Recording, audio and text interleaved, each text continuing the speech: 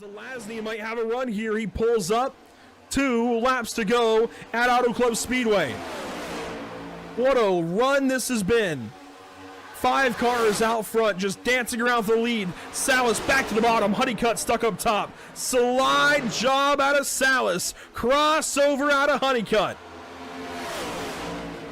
23 showing a big run here. He does. You see Salas starting to cover it up. He goes up the racetrack. Honeycutt's clear of them both. He shoves it up in front of the 23, gets himself loose. It'll be white flag this time by. Salas down low. Zelazny looking for a hole. Side by side, 3 wide, coffee in it. White flag is in the air. 1 lap to go. Brought to you by Whiplash Simcams. Who is going to win the Luke's Playhouse 200? Honeycutt controlling the race. Coffee in second. Tires are aging. Zelazny off the top rope. Got a little bit free. He's going to crash with lights. And yes, wall there. Who knows? Honeycutt, though, leading the race. Can Coffee get a run? He's going to send it. He hits him. Big bump and run. Coffee's going to try and get away. Can Salas get there? Coffee's going to crash. Salas is going to crash. Watch Nick Lights here to the stripe. Salas is going to do it with no front bumper. Unbelievable. Wow.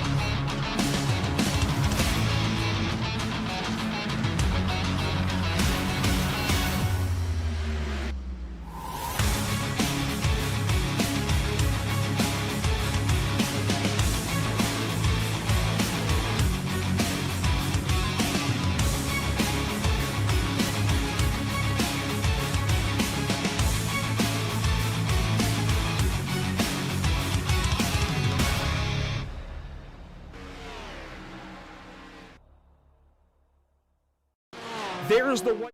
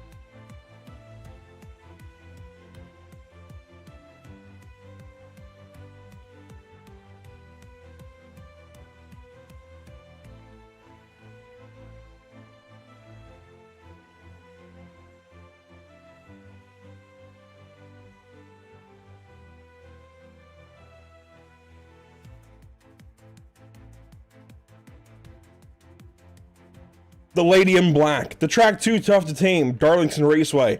Whatever you call it, if you're familiar, you know just how hard this place is to get around and how hard it can be on both driver and machine, even in the virtual world. Today is the All-American Racing Network that's up to the challenge for the 147-lap Mercedes 200 at Darlington.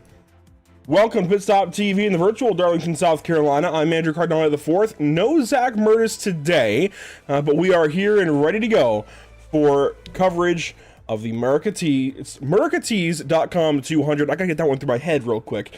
Today's coverage from Darlington is, of course, brought to you by Bully Dog Coffee Company, by Mercedes.com, and by Whiplash Simcams. It's an honor, as always, to be here on a bright and early Sunday morning as we get set to go racing from the great Darlington Raceway. I do love this place every time we get the chance to broadcast from Darlington. It is a treat, no matter the drivers, no matter the cars. It's always fun to be at the Lady in Black, the track too tough to tame. Whatever moniker you want to give it, this place opened back up in opened up back in 1950, I should say. Capacity of 47,000 here in today's world, and I just really love this place. Of course, the racing line that we see these guys use today was originally intended to be an emergency escape lane, and well, drivers quickly realized the higher making was faster and decided to run up there. Here we are, some 70-ish years later, running on the top side of Darlington Raceway. It's typically a competition to see how close you can get to the wall while going fast. Let's take a look at the point standings coming into this morning's race, rather. I'm so used to saying this evening, but here we go. Sean Hughes up on top by 7 points over Zach King, and this is going to change, I think, just like it has the last handful of weeks. But Zach King now within 7 points of the points lead. Casey Gross right behind. Mike Alley, Christopher Foote, Cameron Combs all doing good for themselves as well. Douglas Scalise has been getting good lately, and something I noticed while making this graphic, the spread from 4th down to 14th is only 10 points, and frankly, all these guys within 50 of one another. It is very tight on top of the standings, even though we are only 5 races into this season. Some highlights on this graphic certainly are going to be Jordan White finally in this graphic in the top 20 now, as he has moved up just slightly ahead of Michael Rovillo and some others. He is finally moving up these standings after his Dover Motor Speedway win a few weeks ago. And then Coulter Clark not on this graphic yet. He has 2 wins the last 2 weeks at Phoenix and Las Vegas, and I'm sure he'll be on this graphic very, very soon. He's 30th coming into today. A quick look at the schedule this season. Here we are with Darlington this morning, race number 6. Next week we're out to Martinsville, then out to Bristol. Then it's Kansas, Talladega, Texas, and Watkins Glen for the opening stretch of this series. I went over the broadcast schedule a little bit last week as far as when we will be live, but this week actually kind of begins the Dash for Cash here in the All-American Racing Network, and we're going to carry it for the next 3 weeks. That will be here at Darlington, then next week at Martinsville, the week after at Bristol. So 3 weeks straight of Dash for Cash racing, and then a finale race at Texas. So that skips over Kansas and Talladega. A little bit of unpredictability there, and a couple of holidays for us here at the channel. So we will conclude the Dash for Cash in race number 11. It gives them a slight break in that regard until race number 11. 134 laps there. Should be a lot of fun. With all of that in mind, we're about a minute from going racing, minute and a half or so from cars hitting the grid. We do have a couple of cars on the racetrack here in qualifying, actually one right now, and it is one of our Dash for Cash competitors. So last week at Las Vegas, I don't think we mentioned it very well, and that's on me, but we did have the qualifying for the Dash for Cash event, or this Dash for Cash event within the league anyways, and basically the top 4 finishers, Coulter Clark, Robert Hissong, Jordan White, and this guy Cameron Combs all qualified. And you can see on the scoring pylon, 3 of them so far are in the top 3 spots here in qualifying. Now we get a chance to see what Cameron Combs can do. This is his 2nd lap wrapping up. His 1st lap did not go so well. 2nd lap, look at that. Pole position for Cameron Combs. The 15 will lead us to the green and completes the quartet on top. I'm not in. Here you go. You'll see it. That's on me. It's early yet. Bear with me. I'm glad I caught it when I did. But there you go. Now you see the 15 car going first in qualifying. I promise That was a small mistake, but that's everybody that has qualified. I mean, we have 12 seconds left. Nobody can go out there now, but there are a handful of drivers that did not set a time, those being Tony Krieger, Kevin Bullock, Douglas Scalise, Chris Fainer, Chris Perry, Matt Opplinger, and Clifford Allison to complete the 29 car field here today. So that wraps up qualifying, and we can get into the iRacing. Well, we can get into the race here this evening. See, I'm going to keep doing it. I don't know when I'm going to untrain myself, because of course most broadcasts we do are in the evening, so it's just become commonplace over the last nearly 10 years that I've done iRacing broadcasting. But one of these days, I have got to get it through my thick skull. We are in the morning here on Sunday mornings, and glad to be doing so as well. Before we go racing, I want to give a big thank you to America Tees for coming on board for today's race, and we'll have an ad that'll play a couple of times kind of explaining more about America Tees, but basically americatees.com, a bunch of patriotic and otherwise kind of merch that you can sink your teeth into and go ahead and purchase at their website. And we'll be having their ad on screen a couple of times throughout today's broadcast, but for now, it's the ATVO starting grid this morning, there we go, from Darlington Raceway, with Cameron Combs on pole and Coulter Clark outside. Again, it's a quartet of Dash for Cash drivers all racing for a bit of, well, extra cash, as they will start from the front of the field. It's a matter of how many points they accrue over the next 4 Dash for Cash races. That includes today, next week at Martinsville, and the week after at Bristol, and then 3 weeks down the road at Texas Motor Speedway. And there you see Robert Hissong and Jordan White making up row number 2. Back from row 3, Adam Ramsey alongside Sean Hughes, and in row number 4, Zach King and Chris Romano. Starting from row number 5, you'll find Matthew McMeekin back after a 1-week hiatus, and Casey Gross back from 10th position. Michael Alley, Christopher Foote will join us from 11th and 12th, and back in 13th, one of my favorite paint schemes ever. It'll be the Gray Ghost for Chris Echapar. He rolls off 13th alongside Austin Adams. In the 15th spot, Elijah Mopin in the 66 alongside Mark Bender in the Bully Dog Coffee Company number 33. And in 17th spot, you'll find Gregory Vad Nice alongside Chad Fox. Starting 19th and 20th, it's Corey Powell and Michael Rovillo. And outside your top 20 guys that need to find something to make it work here in the early goings in this race, Mark Helsell alongside Justin Young, Tony Krieger alongside Matt Opplinger, that's back in 24th spot. 25th gives you Kevin Bullock and Chris Fainer, and back in 26th, 27th, it'll be, 27th, 28th rather, Clifford Allison, Douglas Scalise, and finally Chris Perry to wrap up the field. 29 cars here this morning, ready to go racing. A quick look at your Whiplash SimCam's race details. This is a 147-lap, 199.92 mile race. It's that close to being 200 miles. 3 change sets out there for these drivers today, per the notes that were handed to me before the season got started by Douglas Scalise. 60% fuel for these drivers in the cars. Cautions will, of course, count. 3 green-white checkers if needed. Fixed setup, no fast fix. It's what you've come to expect here from the All-American Racing Network. Quick look at the weather conditions this morning, and you can see we are on March 15th, so this exact day in the sim, at 3:30 p.m.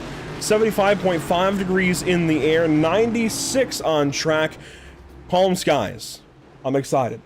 Perfect racing weather here on a Sunday morning in virtual Darlington, South Carolina. Off of turn number 2, we're going to go racing down the front straightaway, maybe not. Crash already, 2 in the inside wall. Those are Echapar and another, looks like Adams perhaps. We are green for now.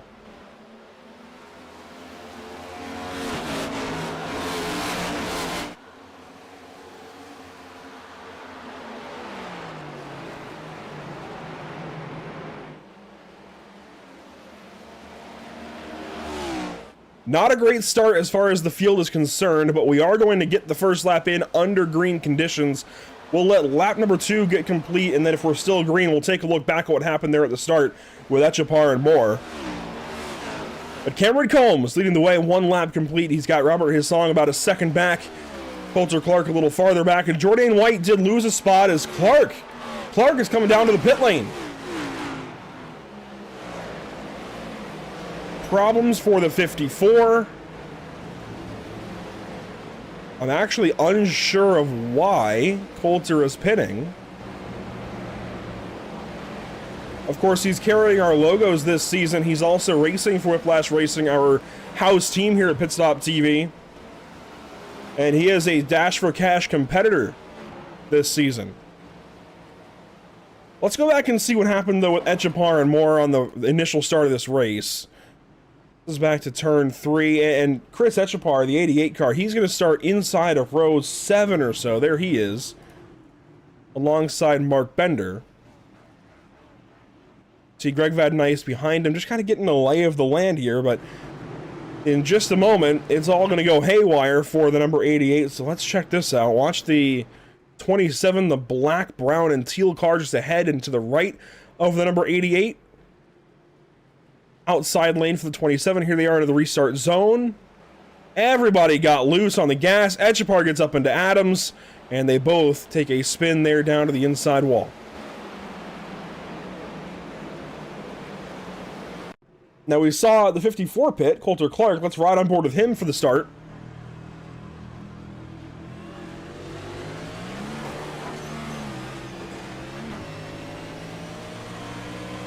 Seems like nobody could get power down.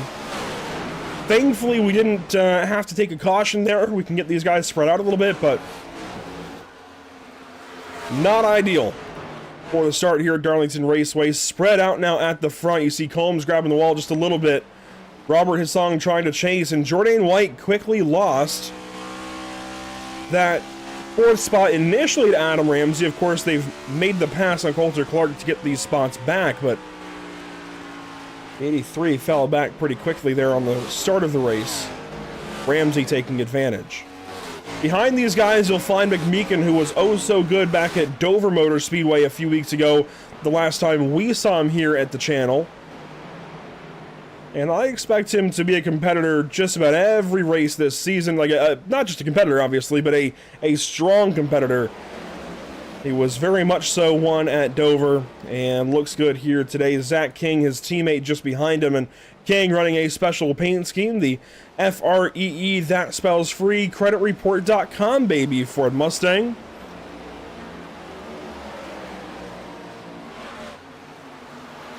It's a throwback commercial for those of you maybe a little bit too young, as we've got a caution on the speedway. Kevin Bullock. Oh my goodness, what's happening here? Casey Gross involved, a handful of others down there in turns 3 and 4.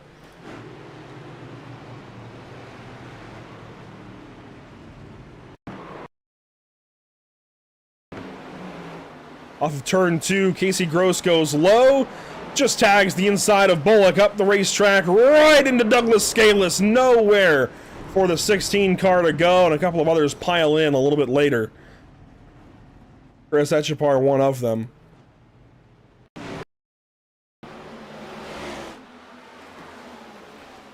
Gross just had a huge run on the 0-1, takes it low, then just barely hits the left rear there of Bullock, who was hanging off the wall a little bit.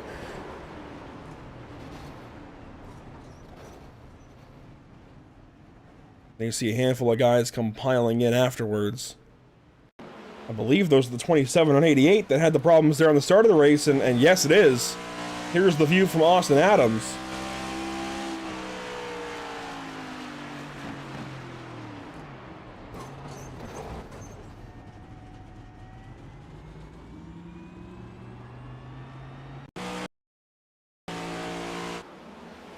And this tower view will show you kind of the closing rate for Adams as he approached all that. He did get the brakes locked down, but you lock the brakes and you're just going to go straight.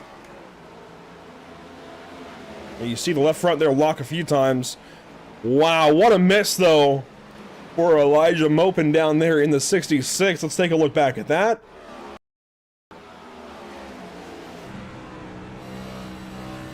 Early contender for Murtis Mega Miss right here for the 66 car. Take a look at this. Cuts left, right in between there. Wow.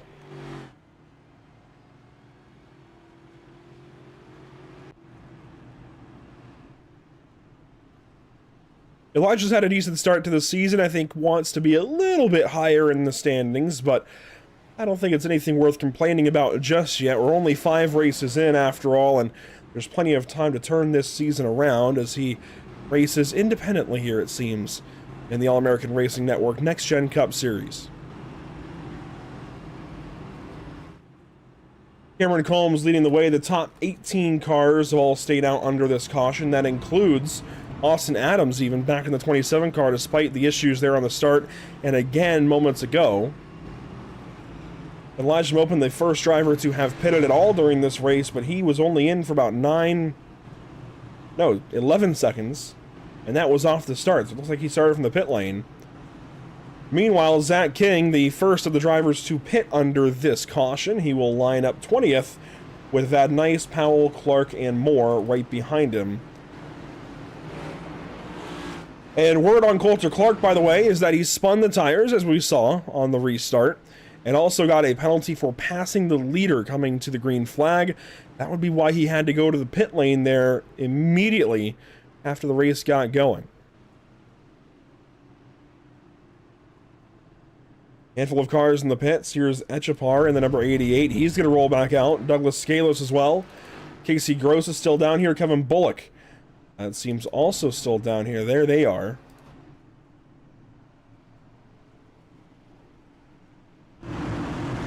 So the iRacing.com safety car will abandon this field in just a couple of moments, or right now, and turn this race back over to the hands of Cameron Combs.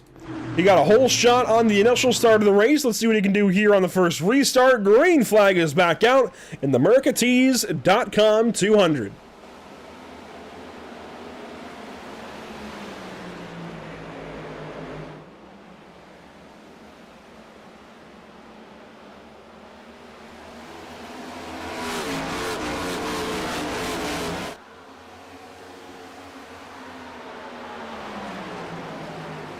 A much better restart to accompany the not-so-great start of the race.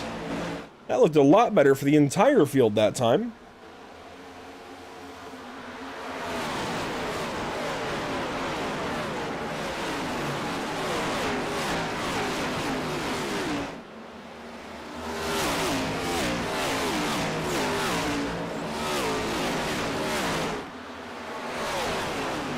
For the race lead, you saw his song dive to the inside of Combs there from the speed shot into turn 3.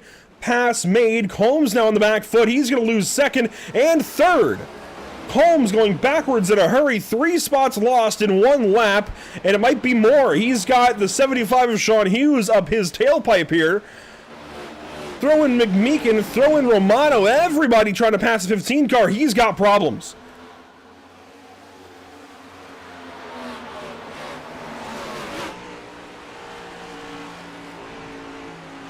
So Cameron Combs slots into 7th spot now.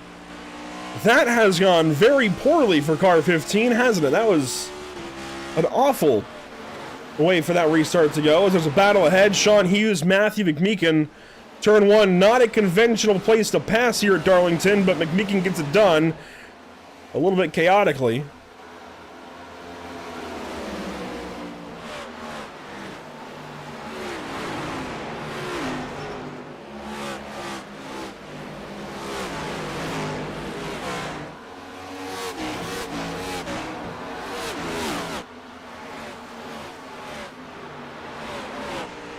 But second straight lap, somebody tried to take it to the inside there, the 75 car of Hughes. That time, though, he's able to defend. Romano slips back into the 6th position there ahead of Cameron Combs.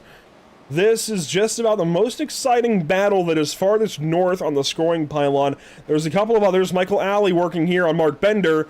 There you see the contact of the outside wall for Bender. This will be a run down the front straightaway now for Alley. Position gained for the Daytona race winner. Behind these guys, there's a whole bunch going on back here. My goodness. Chad Fox trying to get past the Austin Adams machine. Gregory Van Nice taking a look as well. This is a hornet's nest back here. Fox down low now. He loses spots. That nice big hit. Fox down to the inside wall. Oh my goodness. What is going on? Big hits all around right there. We stay green. Nobody stopped. But multiple cars really lost time, including here the 12 car of Chad Fox.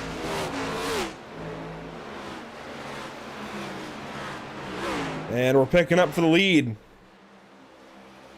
Jordan White starting to put some pressure on Robert Hissong. So far, the last 2 weeks, I'd say Hissong might be the strongest driver we've seen in this field. He was fantastic on the long run at Las Vegas a week ago. Today, so far, he looks good already.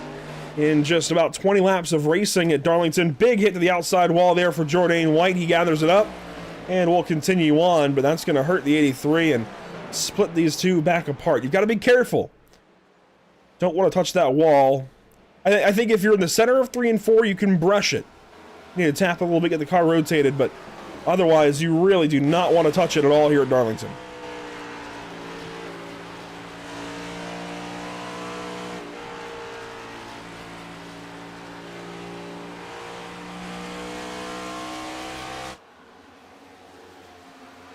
So single file through the top portions of the field currently. Some racing deeper in the field as Clifford Allison gets passed up there by the 54 of Coulter Clark. That's for 13th spot. Battle here now with Chris Perry on the inside. He's letting a couple of cars go by. One of those is the 3-lap down Douglas Scaleless. Another one was Austin Adams.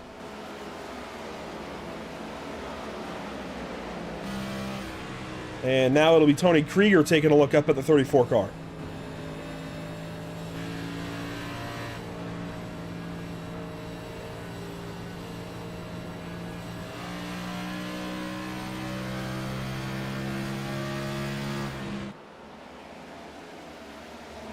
Oh, Matt Opplinger out of control there out of turn 4. He loses a couple of spots. Zach King, Coulter Clark go by. Now Christopher Foote going to take a look. Foote's been good a couple of times this season too, and I think he's somebody that we got to watch, long term here in 2026 as a contender for the playoffs, the championship. I think he's certainly a worthy competitor as a battle sparks up for second. Oh my goodness, big moves there into turn 1. Jordan White losing spots. Ramsey and McMeekin both go by. Hissong has checked out to a nearly 3-second lead as these guys are all struggling a bit. Some more than others as Jordan White, the Jamaican sensation, falls back a couple of positions.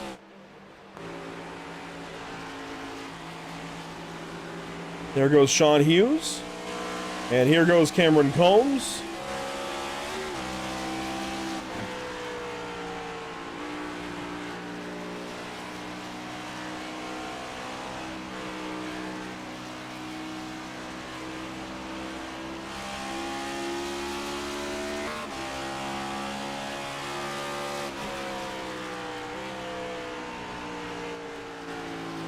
Battle for 9th now.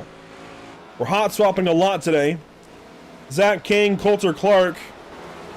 These guys know each other pretty well, maybe a little bit too well, they might say.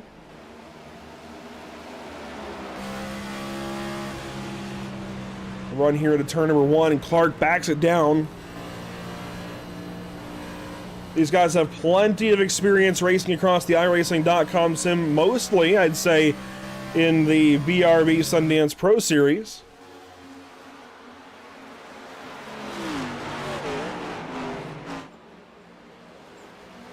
As Jordan White has lost another spot. He's down to 7th. Chris Romano passing him around.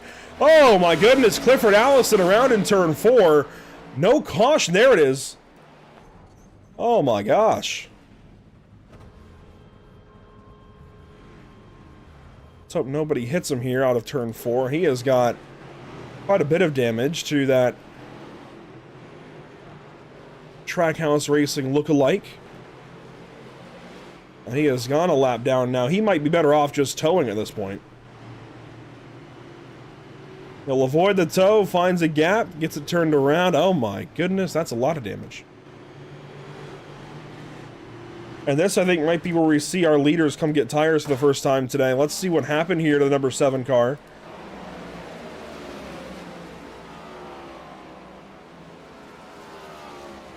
Clifford Allison has made the move over to the North American Racing League here in 2026, running some GT3 races. Just got the wall hard. Overcorrected then after he got loose, and that is that for the number 7.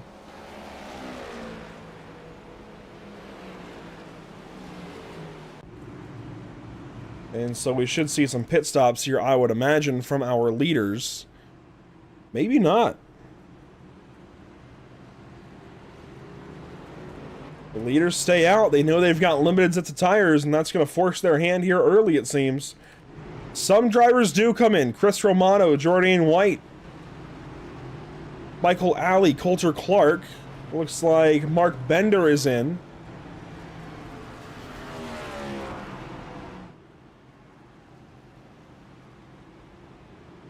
So while these drivers grab some tires and fuel, we'll take a brief step aside, hear a message from our presenting partner today, and rejoin you for the restart.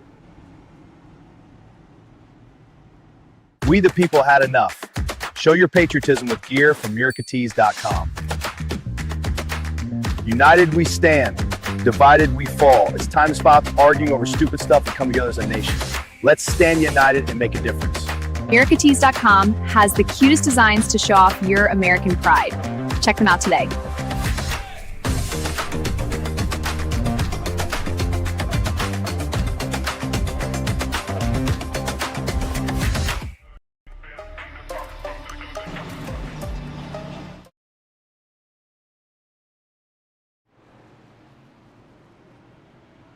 And just like that, back to you as drivers leave the pit lane. There you see Christopher Foote rejoining the field. Not most, but a handful of the pitters have already joined the field. Michael Alley, one of them. He seems to have taken 2 tires, along with Mark Bender, and Coulter Clark seems to have taken 4.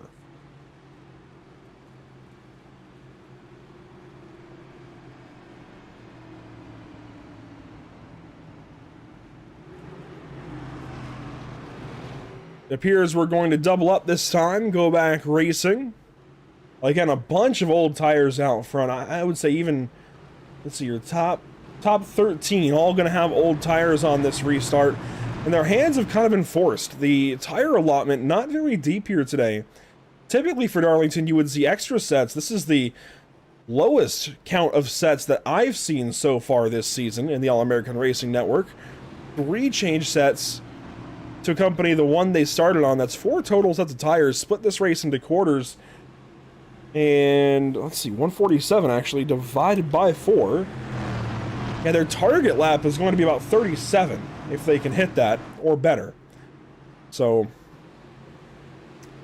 I think that maybe explains why these drivers have stayed out for yet another go around. Obviously fuel will be a concern here soon too. But for now, Robert Hissong leads us back into the restart zone at the MiracaTees200.com. That was backwards. MiracaTees.com 200 is Matt Green. Oh, what a round! Big into the outside wall for Michael Rovillo. Everybody going to miss him, it looks like. But Rovillo, you can see it there in the distance. Got tapped in the left rear, overcorrects, hits the outside wall, but we continue on.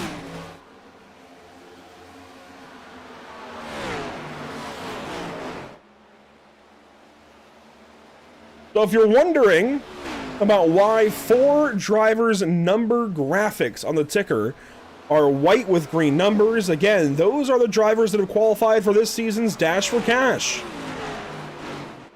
Essentially, there's 4 races, today at Darlington, the next 2 weeks at Martinsville and Bristol, and then again in April at Texas Motor Speedway, where these drivers get to run for this Dash for Cash and try to accrue as many points as possible within these 4 races that the competition is running through.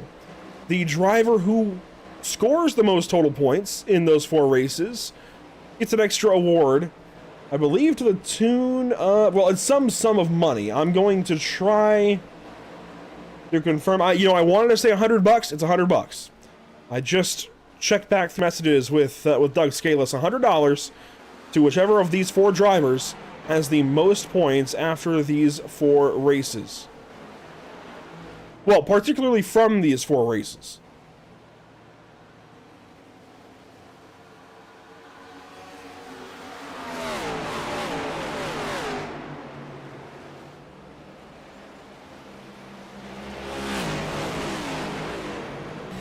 McMee can start to take a look here at his song for the lead. A run or two ago, his song had that 3-second lead, got out away from these guys. And McMeekin hard on the wall there. Combs on the inside. Ramsey now taking a look. Here's Zach King trying to fire through. He's down to the inside of Sean Hughes. Battle for 5th. And King has the nose ahead into turn 3. Dips onto the apron, and King grabs the spot, moving ahead for 5th position.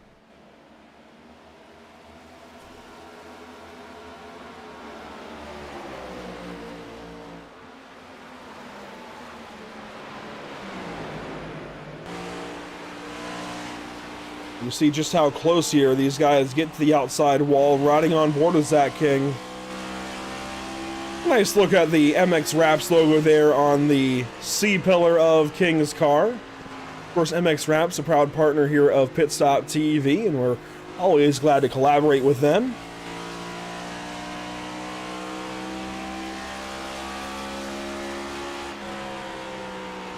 I don't use this camera angle often enough, but this is really showing you how close these guys are getting. Right, this camera is situated just off the right rear of the car, right behind the rear spoiler. And King's not even getting that close to the outside wall here most of the time. He's hanging pretty low on the racetrack. These guys are still super, super close.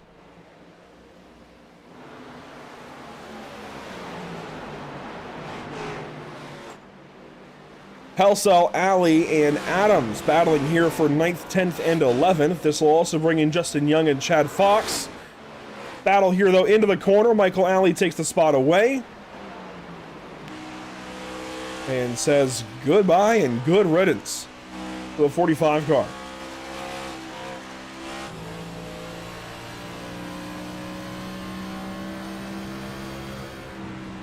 I need to spread these buttons out in my controls. I'm misclicking all day long so far, but you saw a brief look at the overtime rules there. We do have 3 attempts if we need them. That's way down the road, though, as we have just hit the first target lap for these drivers on tires. They wanted to make it at least 37 in order to kind of even things out for the tire runs the rest of the day. Obviously, you want to go longer if you can so that the future runs are a bit shorter. But these leaders, if we get a caution now, might actually consider pitting before Goodyear Eagles.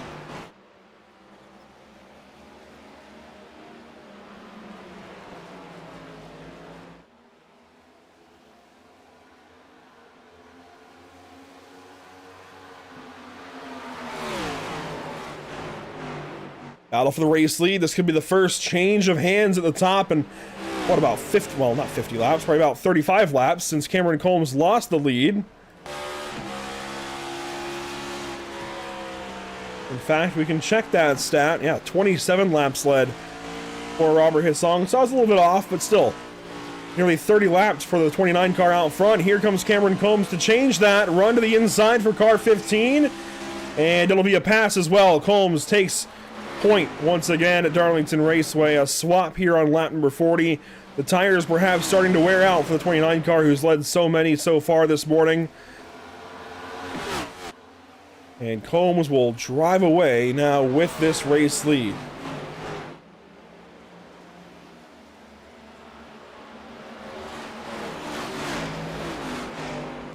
Now, I was sent a message by one of my drivers here in the league last night, Jordan White, letting me know that without prior knowledge, which is okay, but without prior knowledge, Adam Ramsey has not joined the team, but apparently made an alliance with Jordan and Coulter Clark over at Whiplash Racing this season. I'm not sure how true that is. I've been told already once this season that Adam Ramsey is working with one team, and maybe he actually isn't, and that was with Meatball Motorsports, but whatever the story, Adam Ramsey, he is definitely doing well for himself. And I could see why someone might want to align themselves with the 97 car this season, as he runs in the 4th spot currently on lap 42, now 43 of 147 here at Darlington. Oh, hello. Chris Romano down to the inside looking at Jordan White. Christopher Foote on his back foot here behind these two. Pun intended in that case. Slow into the corner for Romano. That checks up the 21 as Jordan White looks for a way by the 12 car of Chad Fox here off the corner. That's going to get tight. They make it work though with one down low. That looks to be Rovillo in the 2 car. There's a lot of traffic back here, that's for sure.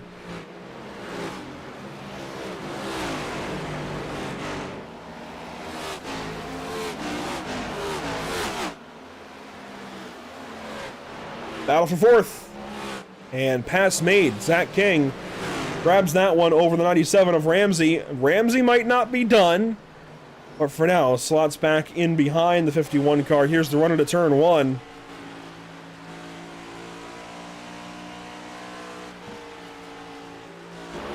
And Ramsey now has to worry about that 75 of Sean Hughes. A couple of times this season already, it's looked like Hughes could be a front runner, go for some wins, maybe even contend for the points lead later on this season.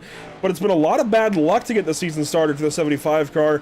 Multiple moments in the 4 races that we've covered, including today, where he has just gotten taken out or gotten put behind or whatever it might be. And I think his finishes have not quite been indicative of how quick he truly is. That said, he's your points leader. So, you know, he's looked like a contender to lead the points. He is leading the points, but he's still had some bad luck here and there. And I think could be doing a whole lot better for himself if these runs could just go the way he needs them to go. As he looks now to the inside of Adam Ramsey. And just imagine, if he's the points leader now, and I'm saying he's had bad luck, imagine what he can do when he puts this bad luck behind him.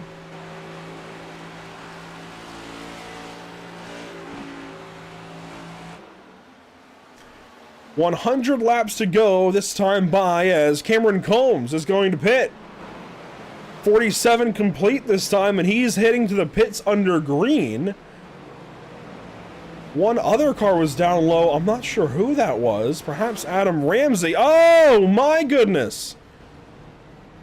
Adam Ramsey has Austin Powers'd it. That's not the way to do that. No siree. We saw the other car there on the apron, but I wasn't sure who that was. And, well, this has gone very poorly for the 97. Had a lot of momentum, more than he meant to carry down there, and he's going to get an unsafe pit entry, that's for sure. On top of all the time he lost right there. Wow, that... I'm going to be honest, guys, that takes talent.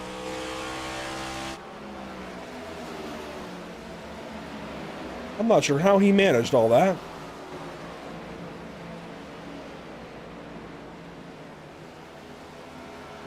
That last little turn back around, that is impressive. I don't know how he managed to do that. Pit stops, though, for more as his song is in. Ramsey is still in the pit lane, so this is going to be a severe scar on his day. Sean Hughes also in the pit lane. There's the 75 right behind the 97. His song down and away, 4 tires, and he will roll. On other end, that's Matthew McMeekin. You see Matt Opplinger back there in the green 82. McMeekin will come in for 4 tires and fuel. Justin Young now coming in as these guys are really struggling to make pit lane work. I think we can just watch the pit entry here for a lap or two. There's bound to be a couple more guys coming in here shortly, right? Here comes one. That's going to be Hellcell in the 45. He got it down nicely. That was good.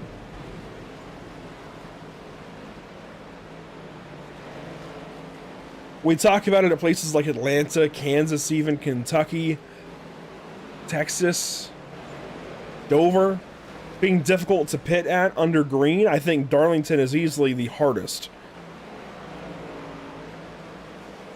And I think as a result, you'll see these guys try to go as long as they can. And we only saw the one car come in while holding that camera there. So this puts Zach King out ahead of Coulter Clark and Michael Alley and Jordan White and even Chris Romano for your top 5. All spread out, but your first car that has pitted under this sequence is the 15 of Cameron Combs. So he will tentatively cycle out to the race lead.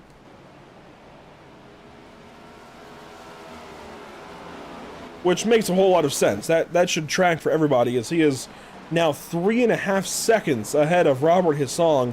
That might be the surprising part.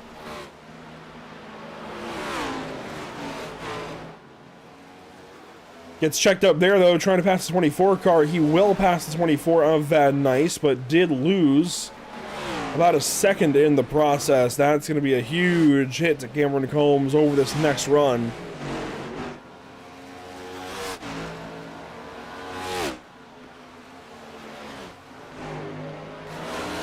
Meanwhile, battle for the current 4th position.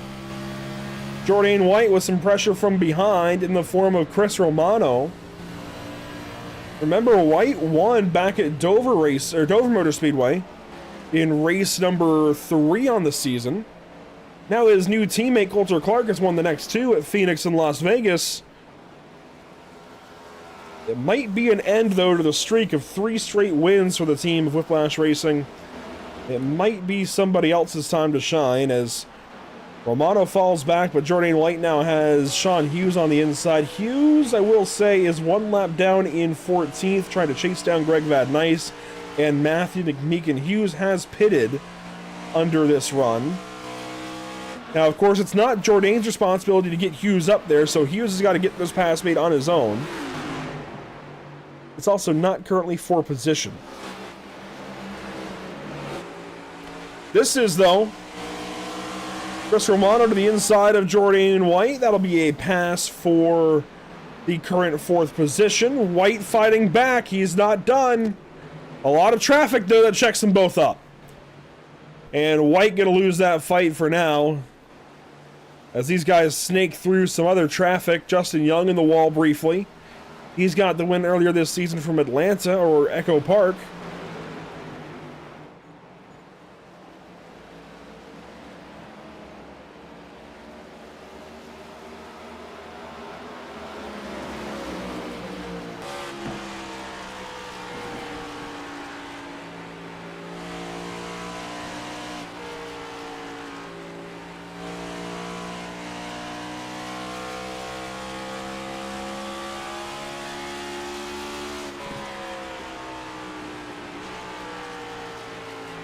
Oh, big hit there for Jordan White. You could hear it coming. He gassed up and met the wall in a hurry, as we've got a battle now for what is the 9th position.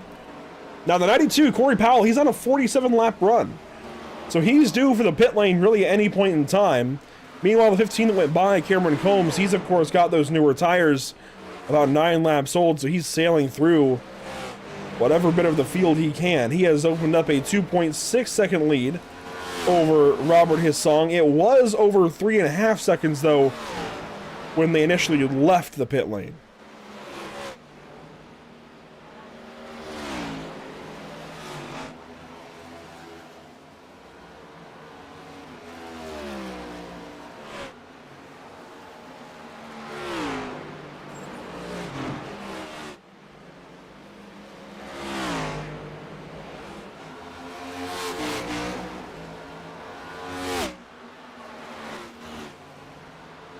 One down low, that was Powell falling back a little bit further. He's now just ahead of Hissong. Oh, and checks up the 29 car greatly. Hissong just lost a second and more into turn 1. By the way, Zach King is now pitting in the 51 car. There he is, but let's see what happened with his teammate Corey Powell, who I believe selected the wrong car today and chose the Toyota as opposed to the Ford. Let's see here for Hissong. This is going to be the run through 3 and 4 and then into turn 1. So let's see, the 92 car, black and yellow Toyota, is down the racetrack. And then Powell gets back up on the racing line just in time for the corner. That really hurt the 29.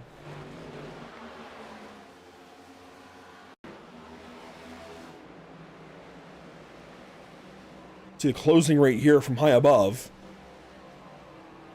Just how much slower that 92 is, and suddenly his song has to slow up to meet that. His song now over 4 seconds behind Cameron Combs.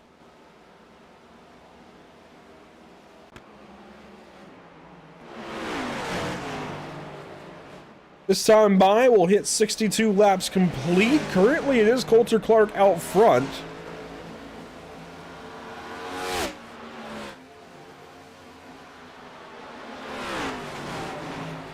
And of course, a big thank you goes out not only to Mercatees.com for partnering for today's 200-mile race at Darlington. I promise, it's been a long weekend already, and it's only Sunday morning. But a big thank you to Mercatees, of course, for being here today, and a big thank you as well to Bully Dog Coffee Company for partnering for every race here in 2026 for the All-American Racing Network Next Gen Cup Series. We'll watch these guys from high above for a moment as I talk a little bit about Bully Dog Coffee Company. Of course, we've been talking about them all season long, but I think I need to get myself a bag finally. Because, frankly, I'm tired. And one thing I can tell you is that Bully Dog, founded by Patrick Bowler with nearly 2 decades of experience in the coffee industry, that's longer than some of these drivers in this race have been alive. Bully Dog Coffee Company turns the process of making coffee back into a ritual, better supporting your caffeine needs and local dog shelters in central Arizona. Order your first pound of Bully Dog Coffee Company for as little as $15 today with promo code FAST10. That's all caps, FAST10 at checkout.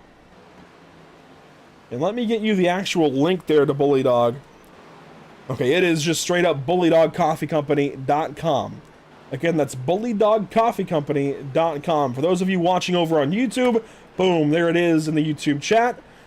bullydogcoffeecompany.com. Support those who support sim racing. That's what I always say. And Patrick Bowler, not just supporting sim racing, but also, again, local dog shelters in central Arizona. I think that's something we can all appreciate. And of course, today's presenting partner of the Mercatees.com 200. Well, of course, Mercatees.com partnering up for today's race. Not just today, though, also partnering up for Bristol in a couple of weeks. They've got a promo code too. It's promo code RUNOVER, all caps, RUNOVER, 10% off, as they are unapologetically American since 1776. Today, the Mercatees 200 at Darlington. But in a couple of weeks, it'll be the Mercatees 135, I'm told, at Bristol Motor Speedway. Not much changing out on the racetrack as we've been watching these scenic views. But we can go on board with one Zach King. And, well, 21 years ago today, Miss Lillian, Miss Mama King, had just welcomed this guy into the world. So happy birthday, Zach King. It was his 21st last night, and I'll be darned, I'm impressed. A 21-year-old goes and celebrates his 21st and still gets on bright and early Sunday morning to race. That is impressive. Honestly, I couldn't have done that at 21. I would have been, unwell the next morning, that's for sure. And so props to Zach. Genuinely, that's pretty cool to see him in the race today, despite, again, going and celebrating his 21st very emphatically, I heard. So happy birthday to Zach. Glad to have him here in the race today, and having a decent run, too, as he works here on Sean Hughes. This is for the 9th position as they run currently. Of course, they will sort out into slightly different positions here shortly once the pit cycle catches up with them.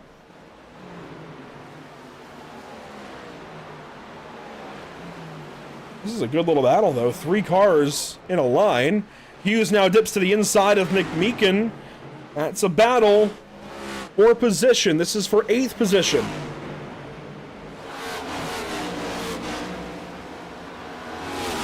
Hughes had that run. King goes up high, though, to help his teammate. And King gets him clear to turn one. Pass made by car 51. And so now King gets to work on the 51 car, or the 4 car rather, in the 51. Pass made there. McMeekin lets him go. And that's going to hold up the 75. I don't think Sean Hughes is going to appreciate that too much.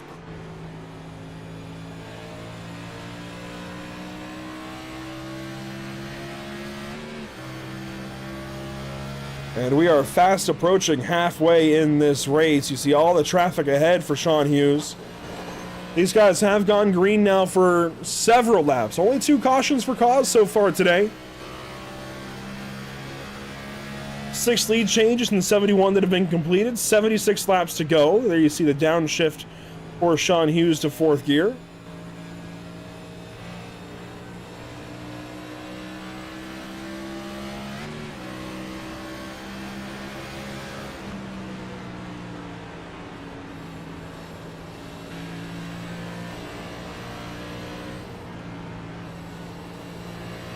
This is a busy area of the racetrack right now. A lot of cars all doing different things right here. Ramsey going to get into the 45 of Hell Cell. Ramsey, of course, had that issue pitting.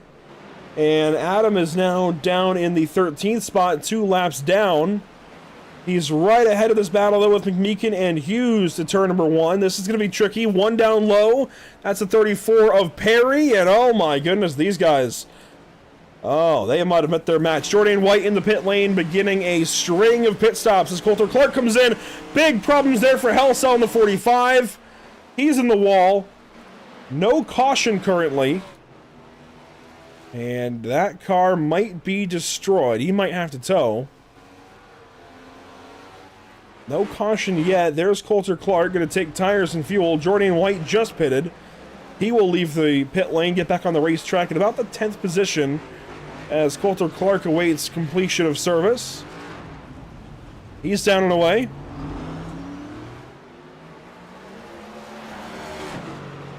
And Christopher Foote now comes in the 21 car for 4 tires and fuel.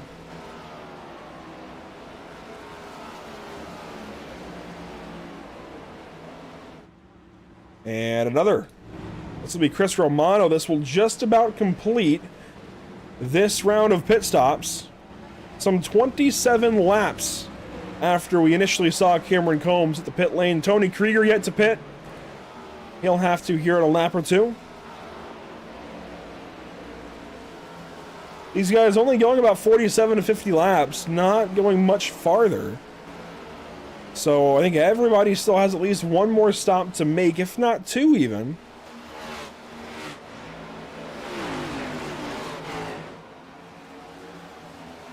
Oh, a slow up there from the 19. There goes the 83 underneath, and Jordan White quickly dispatches there of Tony Krieger. Cameron Combs has reassumed the race lead. He's got 4.2 seconds or so back to Robert Hissong. Now that these guys have just about completed this round of pit stops, let's do something we don't typically do, but we're trying to do more of. Let's do some Pit Stop TV sounds of the sim. Turn the volume up. I'll turn the mic down, and you can just listen in.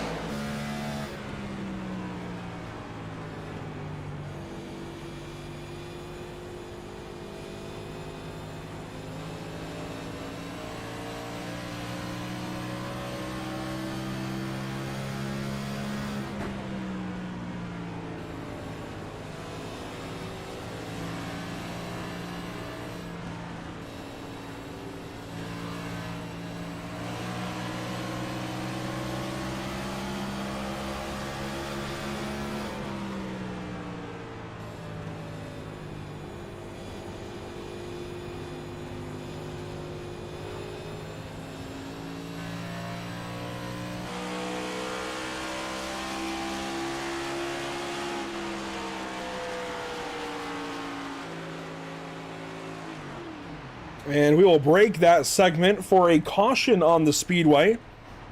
I was having fun there, looking around at some different cameras. And it looks like it's going to be Justin Young on the back straightaway here, the number 20. With problems out of turn number 2. Oh, this, well, saw a little bit of it there. There may have been involvement with Coulter Clark.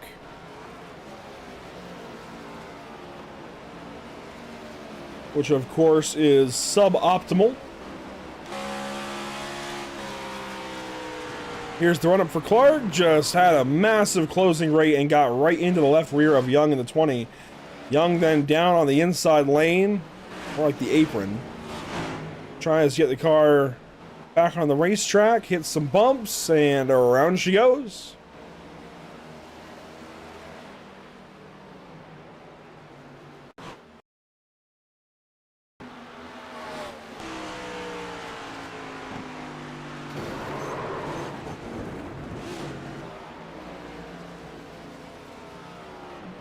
Admittedly, Justin was just minding his own business on the outside of the racetrack. I mean, maybe a little slow on entry there. Coulter just wasn't expecting it, and, well, Coulter Clark, unfortunately, pretty much ran him over.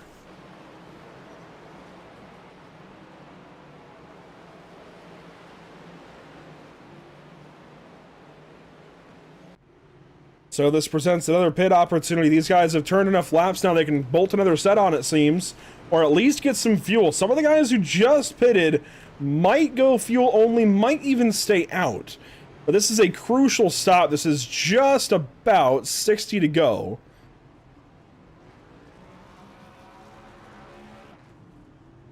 As we'll watch the race off the pit lane, Cameron Combs will easily win it. Zach King also takes 4. And he will exit in second place.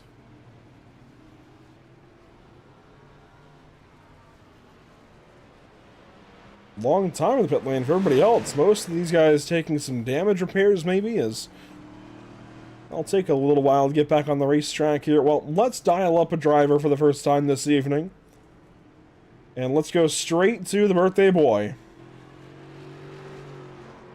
They can bring in driver 51 here, Zach King. It's the 51 in P2, the 15 in P1. How can you reverse that here on this run, Zach? Yeah, just I felt like we had a really good strategy there to go to the end and try to win this race. This guy's speeding coming on pit road, so obviously have to battle back from that. Felt like we had a really fast car over that longer run. We were saving our stuff really well, which is really surprising to me. I'm not really good at that. But yeah, phenomenal job by everybody back at Meatball Motorsports, but it's just going to take a little bit more effort. If I can get closer to him, which I would have been closer to him, I would be able to get him, but not able to get him this time, which sucks. And as I said, probably about 20 laps or so ago, happy birthday. I'm impressed. 21st birthday, celebrated it pretty emphatically on a Saturday night, and you're still here early on a Sunday morning. How did you manage that? Well, I wasn't throwing up. I don't have a headache. My stomach hurts, but I mean, I feel great. Just here to race and have fun. Genuinely, I'm impressed. I couldn't have done that for my 21st, but Zach, that long run. Well, are you guys going green here? We are delaying. Perfect. Well, that long run I don't know. Yeah, just gave you guys a feel for the car, the tire wear. How is it feeling out there as far as the tire wear goes? I've heard this car is a little more difficult now after a couple of updates. You know, I really didn't notice that they did anything with the packages for these like speedways and stuff, for the short tracks I should say, until I did like a hosted session at Bristol, and I was like, wait, why is the car undrivable? And then I was like, oh, we got the new package, we got the more horsepower now, but you can definitely feel it from the car now, which is phenomenal. Love it. It is so much fun to drive. I'm actually enjoying this update more and more as the more time I get to drive it. Fair enough, Zach. It's good to talk to you. Best of luck. I know this is not going to be ideal from a position standpoint on the restart, but hopefully we're talking to you later. Yes, sir. And so we'll move Zach King back up to his teammates here. The birthday boy caught speeding.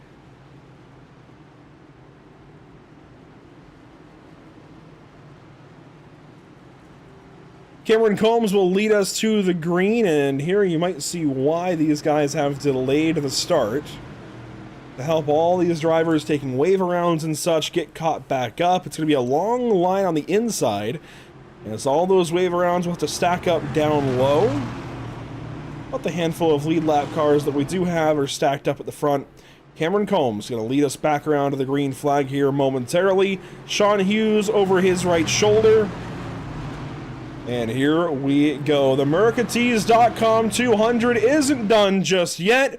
It's a restart here for Cameron Combs and Sean Hughes. Green flag racing once again at Darlington. Big hit to the inside wall. Chris Perry at the 34. Massive damage. It's going to be terminal for car 34. And there's the caution.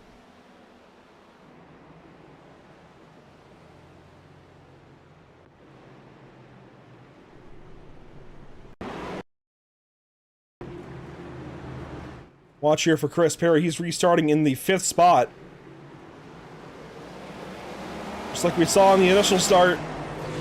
Wheel spin and something about these restarts in low gear these cars do not like. Here's the onboard.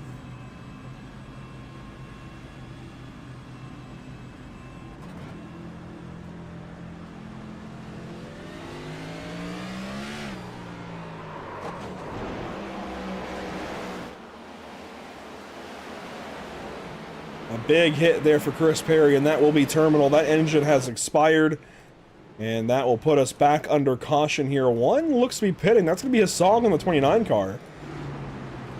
I'm surprised. I don't really know why he's coming back in. Maybe for damage repair, but I don't really see any. Maybe he's topping up?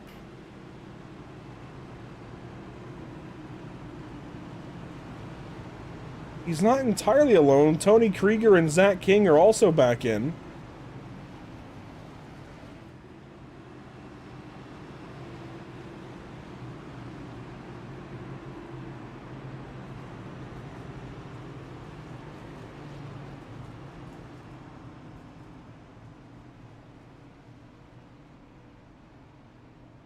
Let's bring in a driver that we've heard a little bit about this season, but we're still trying to get clarification on in a couple of ways, and that's going to be Adam Ramsey. And Adam, at this point, I've heard from 2 different drivers in 2 different scenarios, and going into 2 different races, that you're aligned with 2 different teams. And I want to get the story right here. So, first, back early in the season, we were told you were working a little bit with Meeball Motorsports, and that was found to not be entirely true. Now I'm told you're working with some drivers at Whiplash Racing. Of course, you've got your team, Team Ignition. It seems like you have Chris Etchapar up there with you. But what is the full scoop? I am working with Whiplash. Well, that's good to hear. Well, it's been a decent day in that you've had some speed up front, but obviously a couple of things went wrong later in the race. What happened to you there? I forgot to change my brake bias and spun out trying to get into the pit, so it's kind of put me behind the 8 ball here. I will say we did catch that botched pit entry, and I'll be honest, I was a little bit impressed as to how you managed to Austin Powers it so beautifully. So, you know, as a driver, of course, it's daunting trying to fly down into turn 3, keep all that speed and still pit. How tricky really is it to actually hit the pit lane here under green? It's probably the trickiest I've been on so far, and like I said, if you don't have your brake bias set up correctly, you're in trouble. And I was just talking with Zach King about tire wear. What have you felt out there? How bad are these tires wearing? You know, how competitive can you be on an older set if you stay out late? You know, for me, that it's not been a problem really. I mean, I feel like that run right there, that it started becoming a problem. I don't know if it's just because I have a little damage too, but. Well, Adam, it's good to talk to you. Seems like some damage repair there in the 97. How much more do you have to fix? Minute and a half. Hey, best of luck. Hopefully we're talking to you later. Thank you, Andrew. We'll move him back up to his teammates there as we actually are going green. How about that? Right as we finish up the interview there with Adam Ramsey, we get the green flag.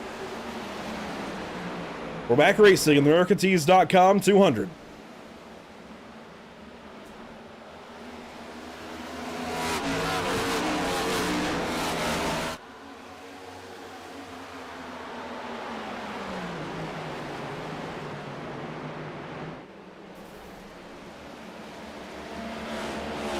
1 lap complete off the restart. It is Cameron Combs leading the way.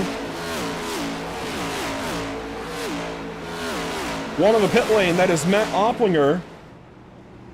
Unsure as to why he's pitting. I would assume a restart violation of some kind, as he comes in for service in that number 82.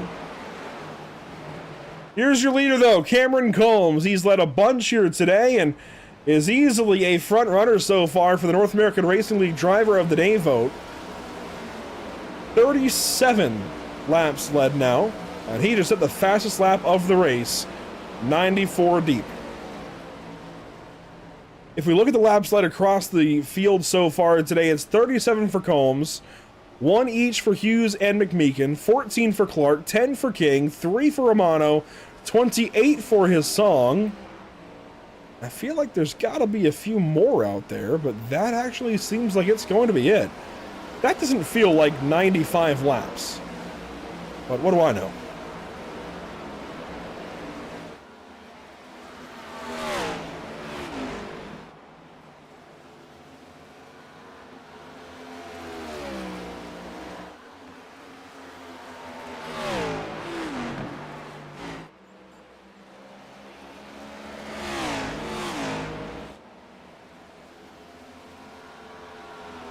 And Combs continues to add to that total. Meanwhile, there's some great fighting back here through the rest of the top 10. Chris Romano working on Coulter Clark. Jordan White working on him. And Clark is working on King. So 4 cars in a line here, about 5th, 6th, 7th, and 8th. Actually, 4th, 5th, and 6th. And 7th, rather, as Romano dips low onto the apron here in 3 and 4. Jordan White uses the outside lane and the wall a little bit to try and pass him. No dice. I mentioned I was surprised to see his song pitting. He took 37 seconds just about in the box. I didn't realize he had any damage to fix. Maybe he had something to handle outside of the sim. I'm not sure, but his song, after leading so many laps early in this race, is now down in the 8th position. I still consider him, if he can get to the top 3 spots, I consider him a surefire contender for this win. But he's going to need a little bit of help right now. He's got some really competitive cars ahead. I think everybody in this top 8 or 9, very, very strong here so far today.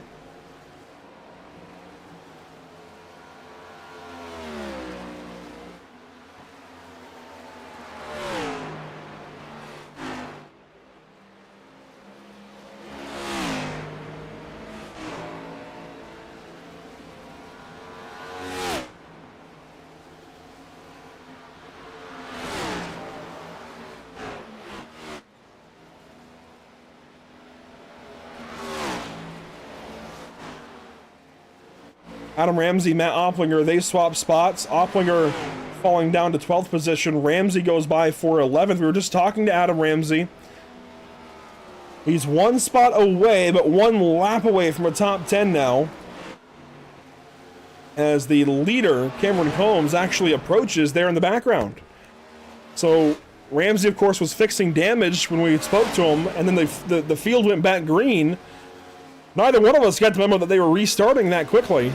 Regardless, Ramsey trying to stay afloat here and maybe get back into this race.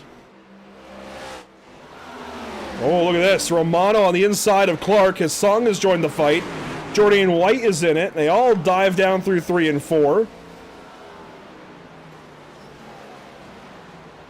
And Romano gets the best of Clark for now. Robert, his song, again, joining the fight. And I really think if he can get clear of these 3, he's off to the races. That would put him 6th place, actually 5th, if he can clear the 3 directly ahead of him.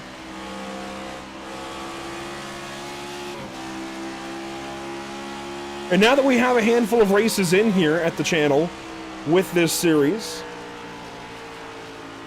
we do plan to bring our power rankings over here to the All-American Racing Network. Keep an eye out for those. His song is a surefire contender, as look at this. Traffic jam, nowhere to go. The Whiplash teammates ahead of him. Clark lets Jordan White go by. As Coulter now kind of on the back foot here. His song trying to find a way by each of these Toyota Camrys.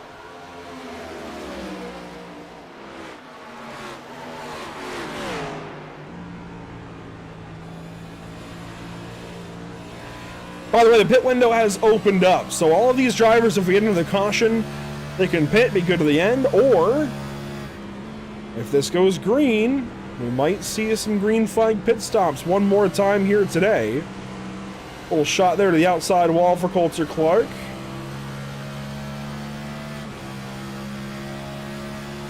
And Chad Fox has hit the pit lane here in car number 12, so this is an indication that, yes, these guys still have to pit. Granted, he's been on the racetrack, or at least on this set of tires and fuel, for about 50 laps.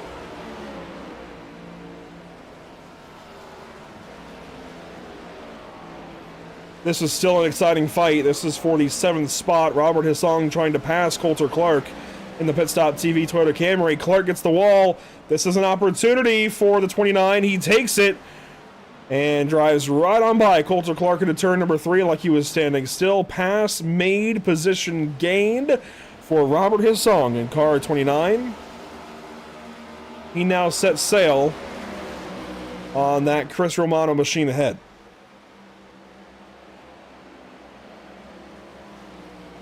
Or rather, that is Greg Van Nice directly ahead of him and now to the inside.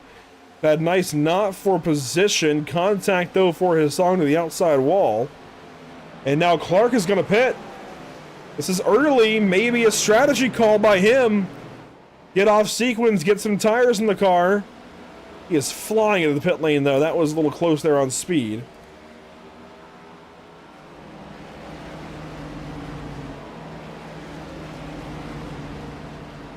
This is a risky gamble, but when you have 2 wins already this season, maybe it's worth taking. He is 30th in the standings, though. He missed the opening 3 races, but it's been 2 perfect wins since. Let's see, Coulter Clark coming down into his box. Is it going to be 2? Is it going to be 4?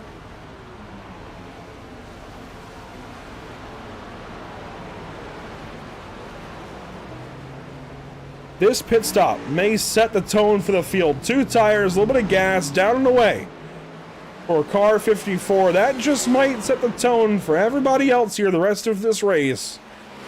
Coulter Clark coming in, 40 to go, 2 tires, back on the racetrack, and start digging.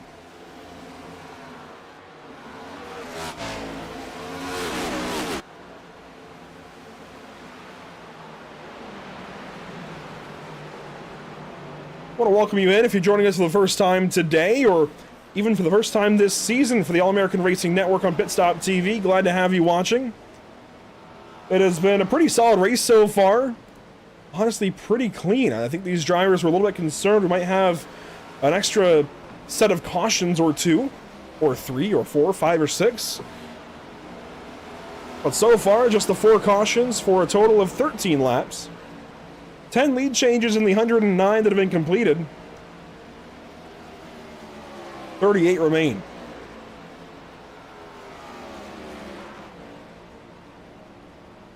If you're new to Pit Stop TV, we carry sim racing broadcasts every week here on Facebook, YouTube, and Twitch. We're watching a battle for 4th position currently with Zach King and Jordan White right behind Matthew McMeekin and ahead of Robert Hissong. You can follow along with Pit Stop TV all over social media with some links down below.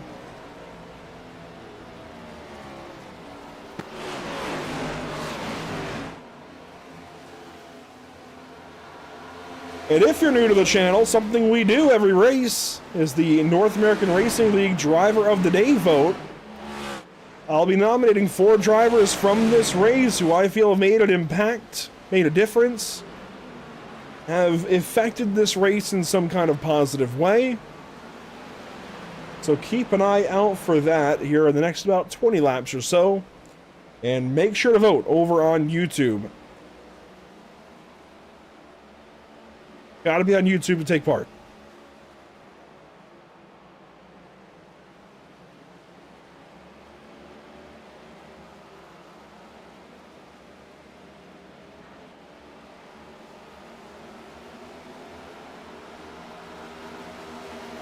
Battle here is side by side to turn 1. Jordan White forcing the issue, gets King in the wall. These guys used to be teammates in another league. This is the battle for the 4th spot. White hits the wall. King gives him a shot. I don't think these two are done just yet. That was a big force the issue kind of moment, though, for Jordan White. He took the inside. He kind of said, Zach, you're going to deal with it.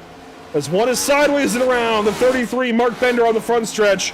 Could this be a caution? This could change everything if we get one. No caution yet.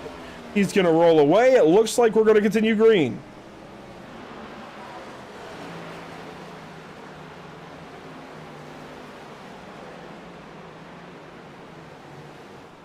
And now King and his song will battle for 5th. Let's go back and see how Jordan White made that pass a couple of laps ago. This will be the run into turn number 1 in just a moment. Watch this. Jordan White, I think, was even cited as saying turn 1 is not a place to pass here at Darlington, and I agree. And then he goes and does this. Oh. Leads in the right rear just enough to get Zach up into the outside wall and eventually off the corner make the pass. Now, while we were watching that, a battle sparked up between White and McMeekin. This is for 3rd. Also, Robert Hissong has passed Zach King in the background.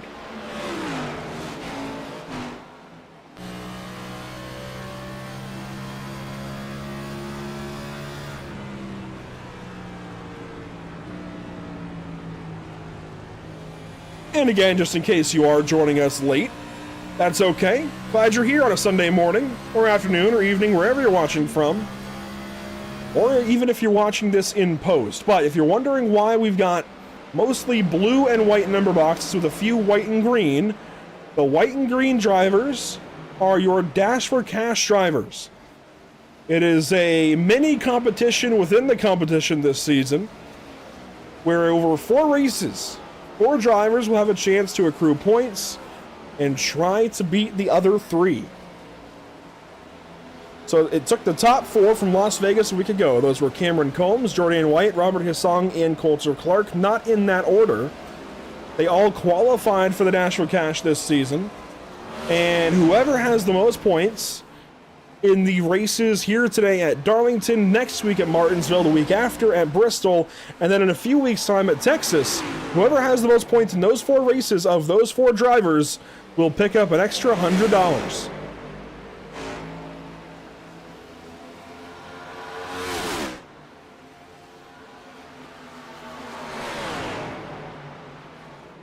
Inside of 30 to go, battle here for 3rd, 4th, and 5th. Robert Hissong still trying to find a way by this 83 car.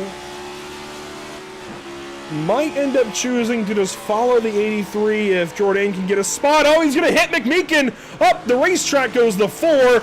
Contact now. Hissong gets hit. McMeekin still trying to gather it up. That's not going to sit well. And even I, as team owner of the 83 and 54, that is not ideal. That is not what you want to see whatsoever. McMeekin minding his own business, and White just hit him.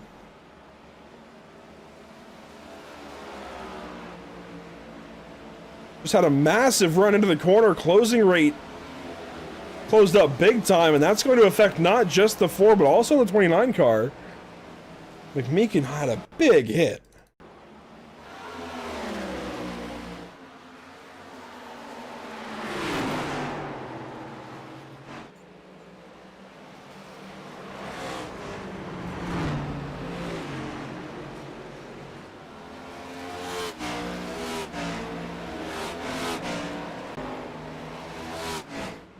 Let's stop. Cameron Combs comes in from the race lead. This is important. He's not alone.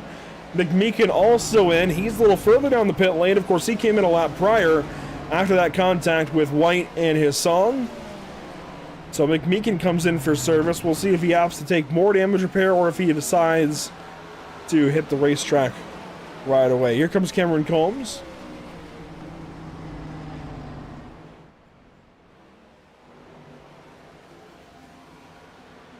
And this just might start something as far as pit stops go.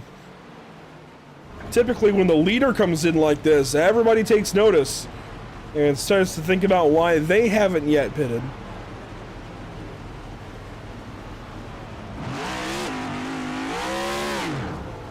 Meanwhile, McMeekin's still in the pit lane and in the pit box.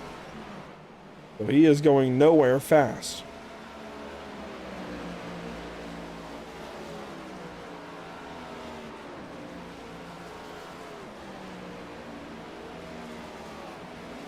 You're looking at Robert Hissong here in the 3rd spot currently. I think after things cycle out, he'll be about 4th and 5th if things hold.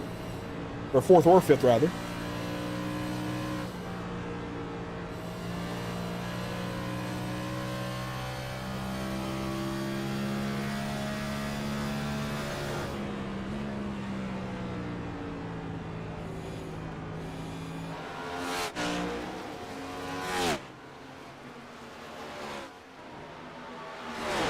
I'll tell you what, I told you earlier that Sean Hughes was the points leader, that he's also had some bad luck this season. He's looking to turn that around right now.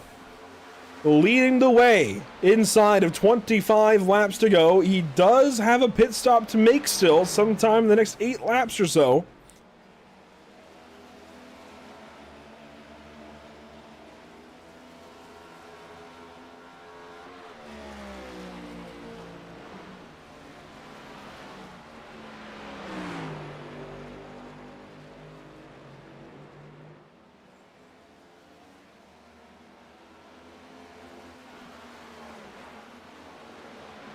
And it looks like McMeekin is finally leaving the pit lane. He just spent 2 minutes down there, and that is huge.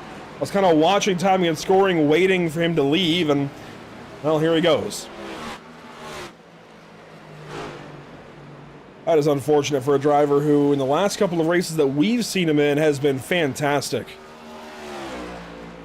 I mean, easy win contender later in the season. I guess the good news for Matthew is it is still early. There's a lot of time to go, but the bad news in all of that is race car drivers, even virtual, have very good memories typically and do not forget things like that. So he will remember that Jourdain went and hit him in turns 3 and 4, and that will likely come back to affect Jourdain in some way. I'm not saying that Matthew's going to crash him, but maybe make it a little bit harder to pass next time or what have you. As here's a pit stop for the driver who was leading, Sean Hughes.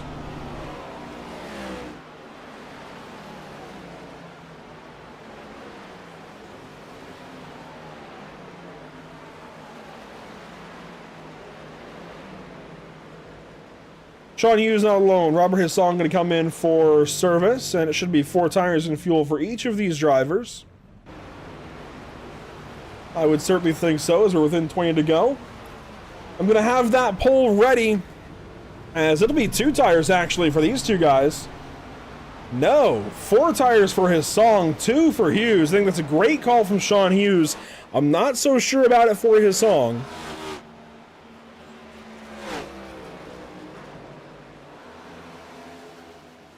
Oh man, I just noticed Doug Scalise is in the pit lane. He's been down there for some time. He already was having a not so great day. Let's see if we can find what happened to him here. This is all the way back about 5 minutes ago. Hits the outside wall there. That can't be it, can it? Well, maybe. He tears it down to the pit lane from there, and that was it.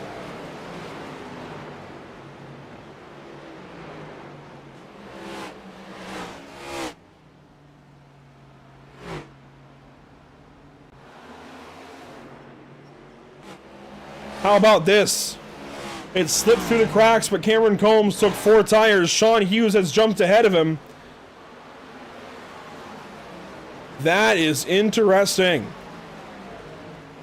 The driver who's maybe been the best so far today took 4 tires, and conventional wisdom would say 4 tires for sure, especially at a racetrack like this. But what I've noticed, what I've seen in the last couple of iRacing seasons, I guess, maybe a year or 2 even, is 2 tires late like this, where there's just a slight mismatch of lap count. I think that is the way to go. And the 2 tires already seems to be working for Sean Hughes, but can he defend now? That's the question. As Jourdain White will head to the pit lane.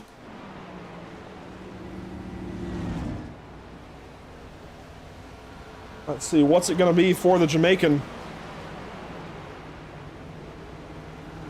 Fuel only. No tires going on the 83 car. That's even more bold. No tires at all. He must have used all of his tires. And he heads back out. Sean Hughes, Coulter Clark battle here to the backstretch. Coulter Clark moves down low. Oh! Mike Alley into turn 3 right in front of the 54. Checks up Clark and costs him a spot.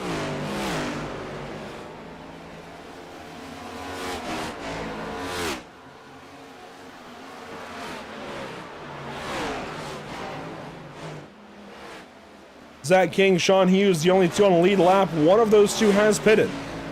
Clark, of course, remember, he pitted earlier. So he's good to go to the end. He's racing these guys for these positions. So that move there where Alley cost him that spot, that could have been for the win.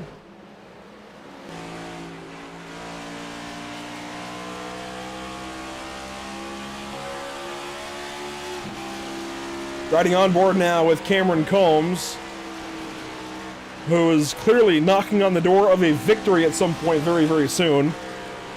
Battle here for what will eventually be about second place.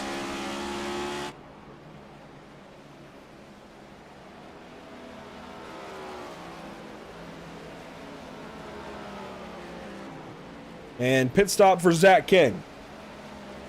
So our current leader will come in.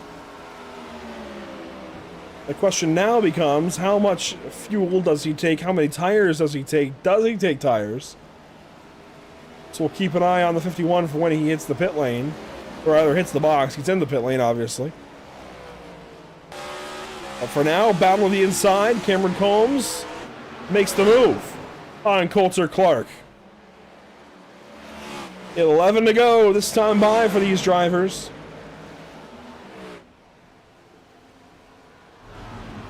And King will take at least 2. See Echapar in the background. King not down and away. He's going for 4. That's going to put him back into at least 6th position. As Jordan White will certainly go sailing by the 51. Then it might even put Christopher Foote around him. We'll see.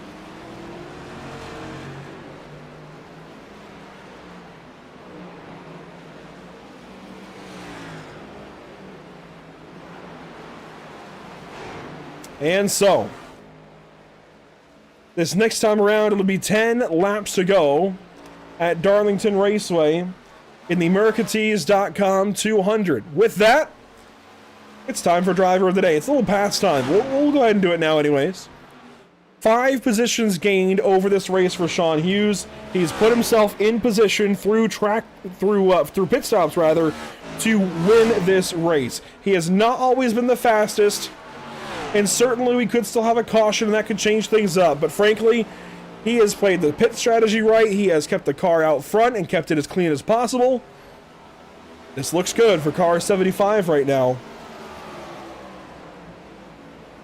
And I'm going to nominate Sean Hughes for Driver of the Day. Cameron Combs, I think, has to be on that list as well. 63 laps led. It might not end up working out for him here. But I'll tell you what, he has made a statement run here today. And just might even lead the Dash for Cash drivers in this race and begin this Dash for Cash with the advantage.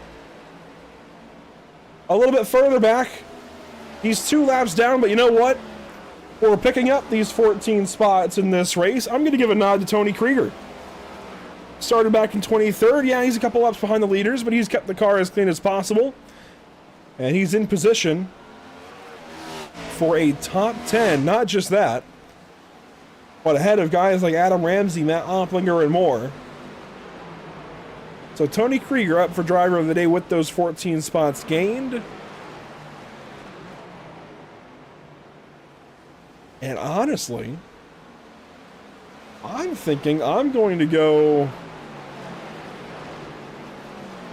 Oh, that's tough. I'm thinking Christopher Foote for the final Driver of the Day pick here today. He's up 5 spots. That's difficult to do at Darlington. He's kept the car very clean. You can see very little damage on that Chevrolet Camaro. a scrape here or there. That's typical for Darlington. That is normal for Darlington. If you don't leave this place with a scrape, I don't think you were trying hard enough. So props to Christopher Foote. That vote will go live over on YouTube momentarily. Make sure to vote. Got a battle now for second. This guy, it kind of feels like a snub that he's not on it. Admittedly, but Robert Hissong, easily an honorable mention here today for driver of the day. He might even still pass Cameron Combs. Here's the onboard. 6 laps to go. That last time by the stripe.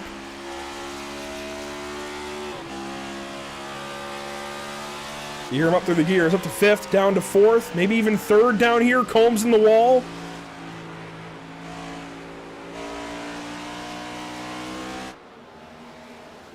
No pressure out back. Meanwhile, Christopher Foote does go by Jordan White.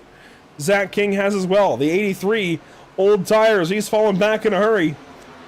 The good news is he's now into the final spot on the lead lap. He shouldn't drop anymore. But he is struggling. Pit stop now for Adam Ramsey. He's been in the pit lane for a handful of minutes, and it seems like he has picked up some more damage in that 97 car. So not the result that he wants, but in these closing laps at Darlington Raceway, Robert Hissong has got one objective right now. It might not be for the win, but he wants to get past this 15 car. There's a race within the race, of course, and these are the top 2 within the Dash for Cash currently.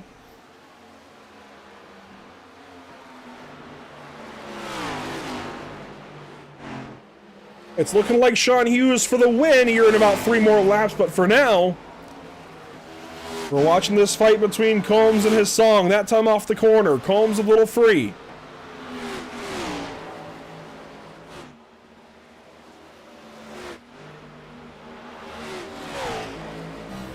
When we get back to the stripe, the flag man, the starter, will put 2 fingers in the air.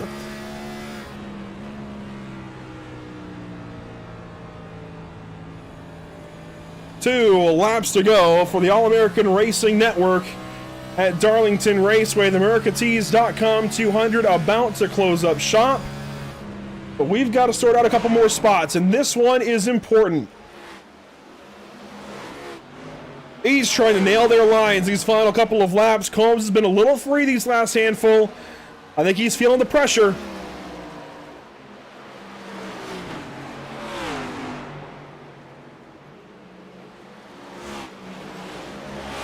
And some lap traffic ahead of these guys now.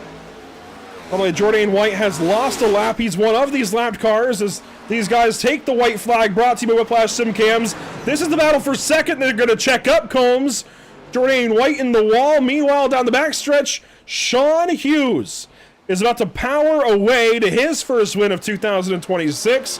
I was talking earlier about how it's been a season so far of bad luck for the 75, but the points leader is going to cap off week number 6 with a victory at Darlington.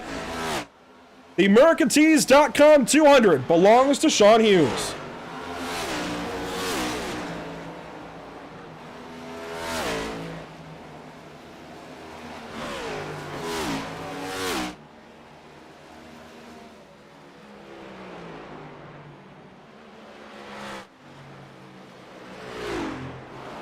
I think that's a great story. The points leader, winless through 5 races, able to get himself one here today.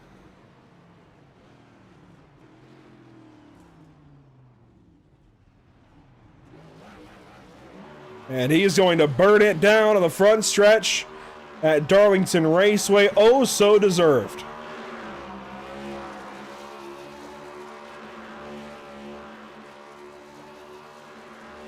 And the driver out of Cincinnati, Ohio,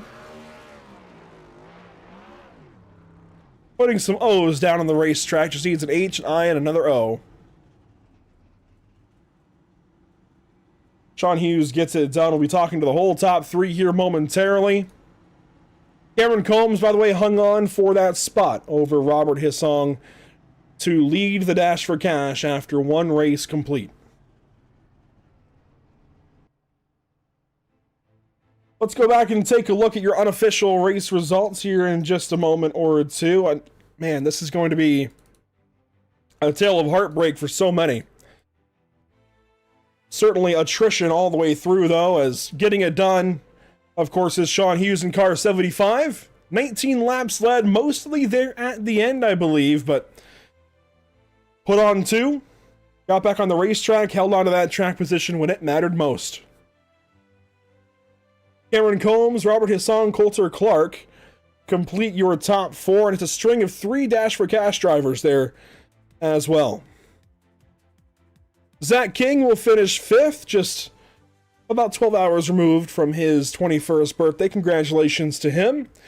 Christopher Foote able to grab a 6th place, and Chris Romano gets back towards the front here, 7th here at Darlington. Jordan White, the first car, 1 lap down. Might not have had tires to take there at the end, and ends up on those old tires at the end and simply could not hang on. Tony Krieger with a 9th place finish. Matt Opplinger will come home 10th.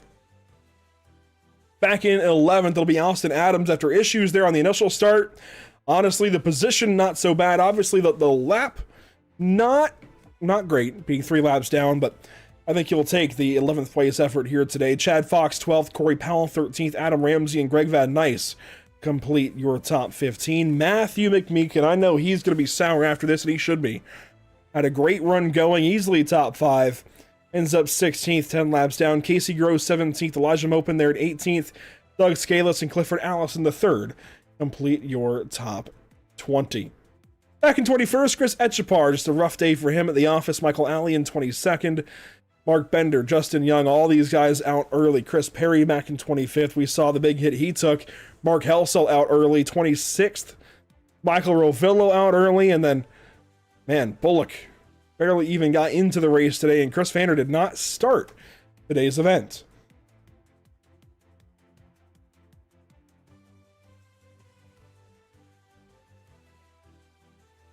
We'll talk to your top 3 as per usual, and that will of course begin with Sean Hughes, the race winner of the Mercatees.com 200. How does that sound, Sean? It feels like it's been a whole lot of bad luck for you to start the season despite leading the points, and now you put that 1 in the win column.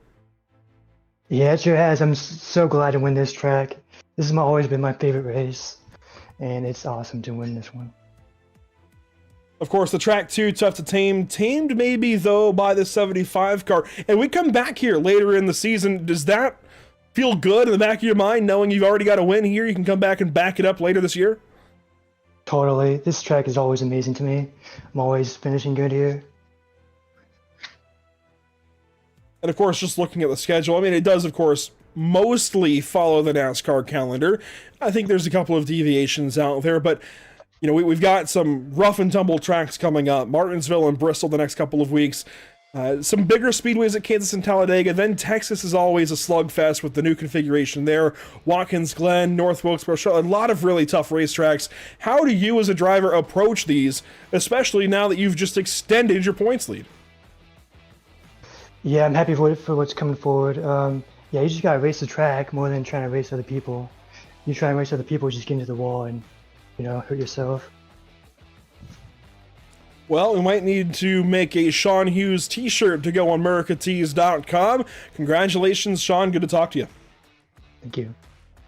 Sean Hughes wins at Darlington Raceway, and we'll go on down and get second place finishing Cameron Combs, who I think really has shown what he is made of these last couple of weeks. Of course, qualified for the Dash for Cash last week at Las Vegas. Cameron, come out here at Darlington, and I'm going to say I think you had the best car. I think you were the best driver all race long. 1 spot short, though. What could you have done differently there? Not hit the wall going into the pits on my last stop. I think that was what did it. I had like 2 minutes of damage. I locked the brakes up and got into the inside wall there just before you hit pit exit. I think that was probably the downfall of my race. And of course, it was 2 tires for Hughes, 4 tires for you. Is that one that you want back? I don't really think it was the tire difference. I think it was the damage. Like, I was just, after that, I was slow. The spotter said I had straightaway, or I was losing speed on the straightaways. So, I mean, overall, that kind of sucks, but it's one of those things. I did it to myself. I should have been more cautious going onto the pit road, but. And now one race into these 4 races for the Dash for Cash, you'll be the leader of this Dash for Cash. That's got to feel good, right? Already ahead in the competition for an extra $100. Yeah, it definitely feels good. I was kind of expecting Robert to get around me there at the end, but I think we had a pretty good battle there for second. Absolutely. I was looking forward to seeing you guys if you got side by side. We watched it all the way through, but able to hang on to that second spot. Congratulations, Cameron. A bunch of laps led, and let's see, not quite leading the driver of the day vote like I thought you might be, but hey, congratulations on a P2. Yeah, thank you. Cameron Combs with a solid run here at Darlington this morning, and we can bring in Robert Hissong, who finishes 3rd today in his Ford Mustang Dark Horse. And Robert, the last 2 weeks, it has felt like you are the best, if not one of the best, here on the long run. Really good again here at Darlington, just a couple of spots shy. Looking back over the last 50, 60 laps, is there anything you would change, try and get ahead of those two? Yeah, keep it out of the wall for one. Yeah, it was a fun race, and I didn't know Cameron had quite a bit of damage there towards the end. I had right front damage prior to that last pit stop. It was about 15 seconds worth. It only repaired a few seconds under green flag pit stops. And as soon as the jack dropped, I went. I wasn't going to sit there and wait. I was like, I need to finish where I need to finish. And I seen that I was running both of them down, Cameron and Sean, and I was like, man, tires are starting to equalize, so I'm just going to get what I can get, race the track. That's what I did all race, and just trying to minimize mistakes, and hopefully I'll find myself in victory lane here soon. Oh, I think that win is coming. We have some really tough racetracks coming up the next couple of weeks, though. Martinsville and Bristol. A lot of leagues avoid them because they can be so treacherous, but we're going straight in these next couple of weeks, NASCAR style. How do you feel about those 2 short tracks? Honestly, Martinsville and Bristol. Martinsville mainly is going to be survival type race, and then Bristol is going to be a challenge in its own. I'm not particularly very good at Bristol. I struggle on the long run there. I start out pretty quick, at the beginning of the runs at Bristol, but usually about the midway, 3/4 part of the run, I fall off. I don't know what it is about Bristol. I used to be really good there, but I think it's just this next gen car that kind of is my Achilles heel at Bristol. But I'm pretty decent at Martinsville. We'll see how that goes. I'll get some practice in, and we'll tackle it lap by lap, and hopefully we can come away with a top 5 or top 10 at this point for Martinsville and Bristol. Just trying to stay afloat and gain some points. Yeah, on that note, about this next-gen car, we were talking with Zach King and even Adam Ramsey earlier about some of the differences with this car now. It's received some updates the last couple of iRacing seasons, and even some particularly here in the most recent build earlier this week. So has that changed anything for you? Anything that you've noticed in the car? Yeah, so I ran a official race the other day, and I noticed, I don't know what they changed. I'd have to go and look into the update log or whatever they release and all that, but it seems like it turns a little bit better, but not by much. So, and I think part of the update that they did was the horsepower package, and I noticed, especially here at Darlington, in the past, when I'd get back in the gas, it would just get tight. Now when I get back in the gas, it helps rotate a little bit more. I don't know if anybody else has noticed that, but it could just be my driving style. But all in all, I like long green flag runs. That seems to be where I gain the most in quite a few races, as long as we get long green flag runs.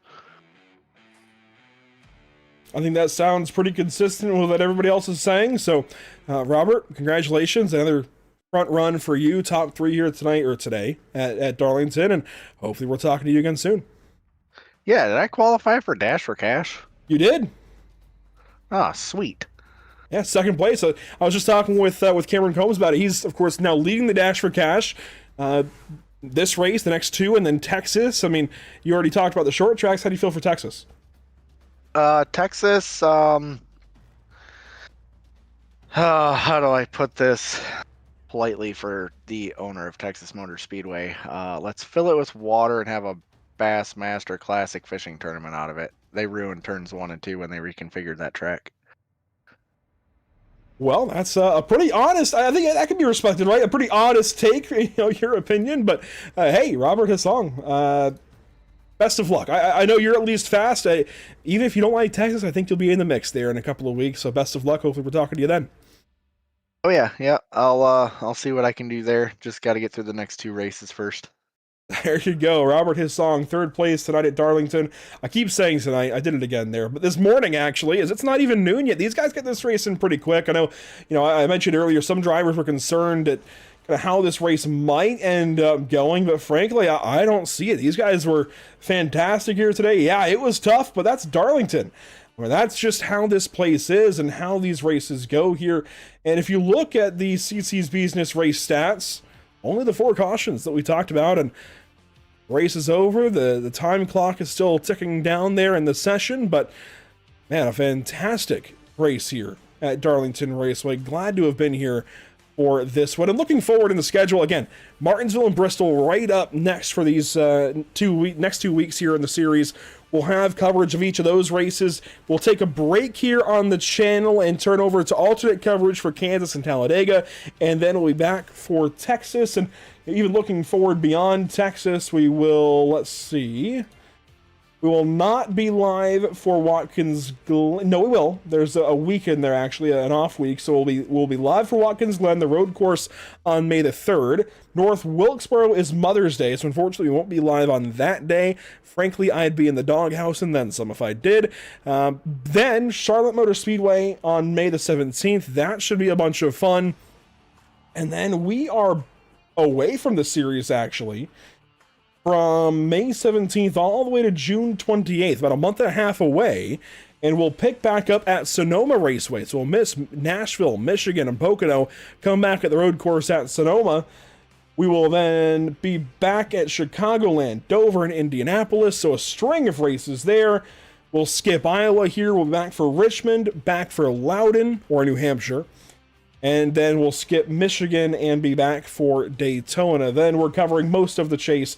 A couple of races here or there we'll have to skip out on, just some scheduling differences, but we are in it for the long haul with the All-American Racing Network this season. Glad to be here, and as we look ahead to what's upcoming for us here at the channel, this is a brief look at what we were expecting the next few broadcasts, and of course tomorrow evening, Texas Motor Speedway for the NORA Retro Cup Series. Maybe a preview a little bit of what you might see when these guys head to Texas, but of course different cars and a different version of the racetrack there. So 2003 NASCAR Cup cars racing at the old legacy scan of Texas Motor Speedway from about 2008-2009. Then next Sunday, we have a pretty clear week after Monday's race at Texas. So next Sunday, we go racing at the Paperclip Martinsville Speedway and follow that up with another NORA Retro Cup Series race at Phoenix International Raceway, the old Phoenix there with the grass and the dogleg. And that'll be a lot of fun on Monday, March 23rd. Well, we do still have the North American Racing League Driver of the Day vote, and it's going to end, well, pretty expectedly with the number 75 with the honors. So Sean Hughes will win today's North American Racing League Driver of the Day vote. I think that's a fantastic guy to get it. Came through right at the end, played the strategy right, put the tires on when he needed and in the quantity he needed to win this race. So congratulations to Sean Hughes getting it done today. But that will do it for us from the virtual Darlington Raceway today. Thanks so much for joining us. And hopefully we see you again soon, but not before we say thank you, of course, to Bullet Dog Coffee Company and Murkatees.com one more time. And our partners even here at the channel, Whiplash Simcams, MXGraps.com, ATVO, Murtis Esports, CC's Business, and the North American Racing League. That'll do it for us this morning, nearly noon here on the East Coast, but not quite. We got this one in before noon today, so go grab some lunch, get ready for the NASCAR Cup Series at Las Vegas in just a little bit, and we'll see you all next week at Martinsville Speedway, hopefully even tomorrow night for the NORA Retro Cup Series from Texas. We'll see you then.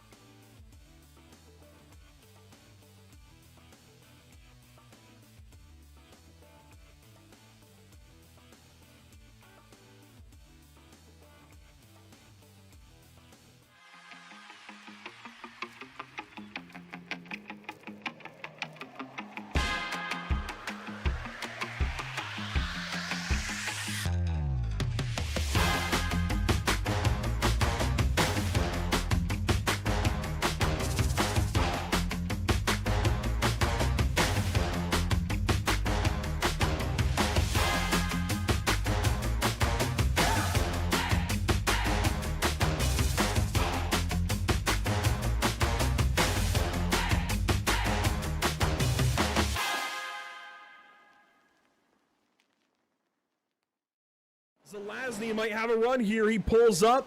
2 laps to go at Auto Club Speedway. What a run this has been. 5 cars out front just dancing around for the lead. Salas back to the bottom. Honeycutt stuck up top. Slide job out of Salas. Crossover out of Honeycutt. 23 should have a big run here. He does.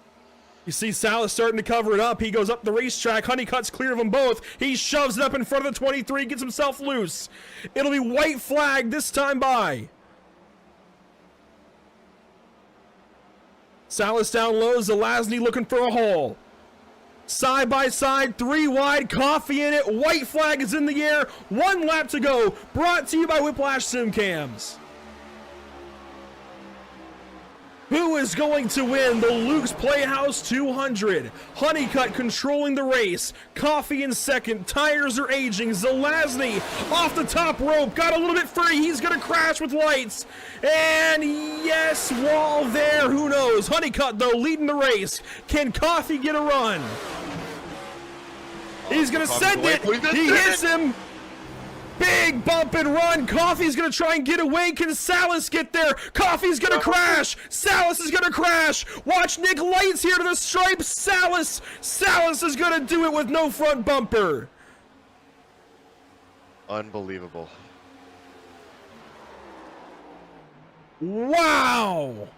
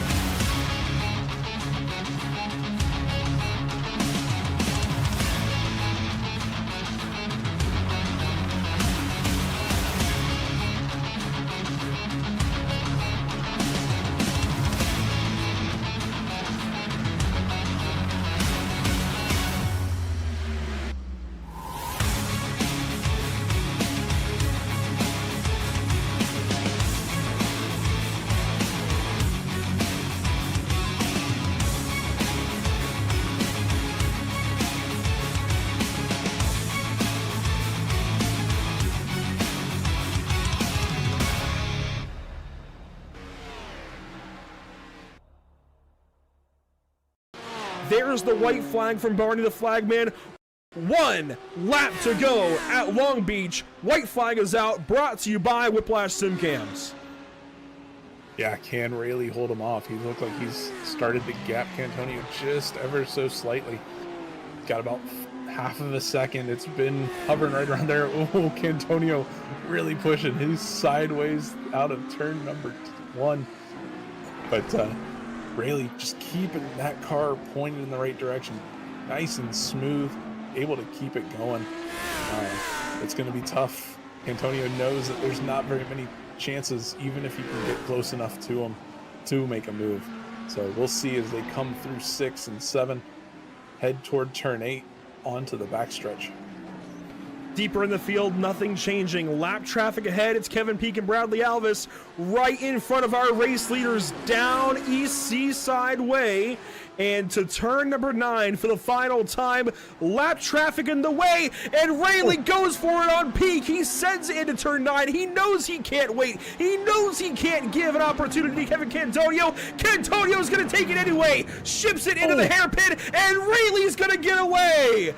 Thomas Rayleigh is going to be a race winner in the North American Racing League. A last lap bump and run wasn't enough. This man wins at Long Beach. Wow, what a finish coming through that hairpin. I thought they were all going to wad it up. We had lap traffic in there, staying in there.